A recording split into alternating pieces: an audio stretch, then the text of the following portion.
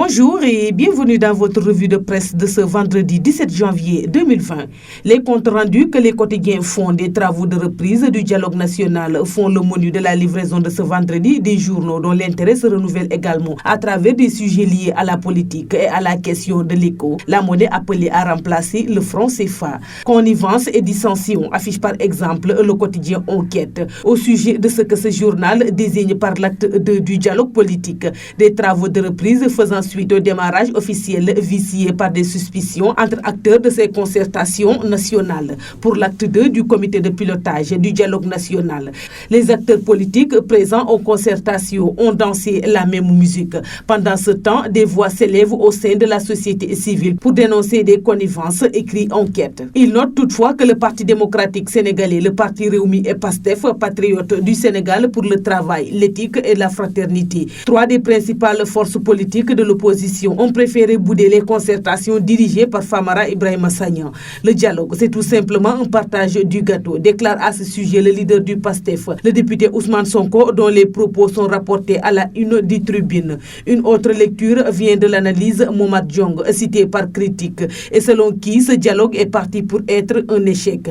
L'Observateur de sa part propose à des lecteurs d'aller à la découverte de la double face du président du comité de pilotage du dialogue politique, une icône de la République qui a longtemps pratiqué l'État avant de lui servir comme conciliateur. Source A revient de son côté sur les cas Hélène Tine, la chef du mouvement pour un Sénégal d'éthique et de travail, qui a voulu intégrer le comité de rédaction au nom du groupe de personnalités qualifiées, mais a été récusée au profit de l'ancien député Bamba Ndiaye. Finalement, il a fallu que le grand serigne de Dakar, Pape Ibrahima Diagne, lui cède sa place au nom des chefs coutumiers pour que l'ancien député puisse enfin trouver un point de chute, rapporte le même journal. Le fil du dialogue national conduit naturellement certains journaux à la politique, à l'image de l'Observateur qui rapporte que le député Moustapha Cissé Lo a été reçu en audience par le président Macky Sall. Malgré la demande de suspension formulée par Mahmoud Zaleh à son encontre, le président Sall a finalement reçu en audience le président du Parlement de la CEDEAO. Une entrevue à l'issue de laquelle beaucoup de nuages se seraient dissipés entre les deux hommes, écrit Vox Populi, et d'ajouter que le tonitruant député va désormais regagner les rangs et poursuivre le soutien à son mentor.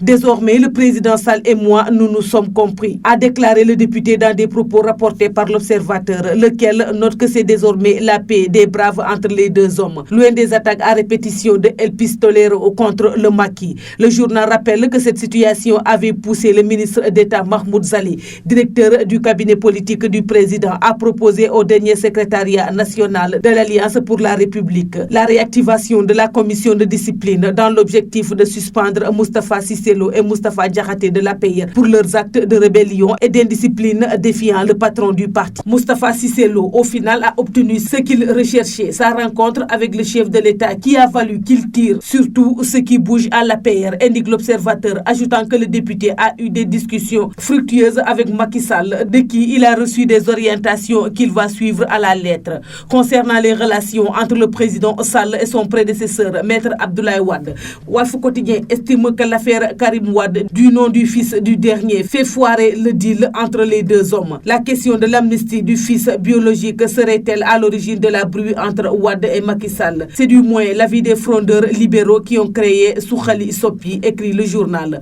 Loin de ces sujets domestiques, l'As et le Quotidien parlent de l'éco, la future monnaie appelée à remplacer le franc CFA qui se partage les pays francophones de la communauté économique des États de l'Afrique de l'Ouest. 6 États de la CEDEAO se démarquent de l'éco, annonce l'As. Les pays hors franc CFA désavouent Ouattara, le président ivoirien dont la volonté de transformer le franc CFA en éco d'ici juin ne passe pas auprès des auteurs membres de la CEDEAO qui l'ont fait savoir hier dans un communiqué publié à l'issue de leur rencontre d'Abuja au Nigeria, ajoute le Quotidien. Sud Quotidien s'intéresse au front social et annonce que la rencontre entre le ministre de la fonction publique, Mariama Sarr, et des syndicats considérés comme les plus représentatifs du secteur n'a pu convaincre ces derniers de renoncer à la grève qu'ils projetaient. Le journal parle d'échec de cette rencontre. Le Témoin Quotidien note qu'après 13 ans, la disparition de Diamokoun Senghor, guide moral du mouvement des forces démocratiques de Casamance, MFDC, qui réclame l'indépendance de cette partie méridionale du Sénégal, les régions concernées sont toujours en quête de paix.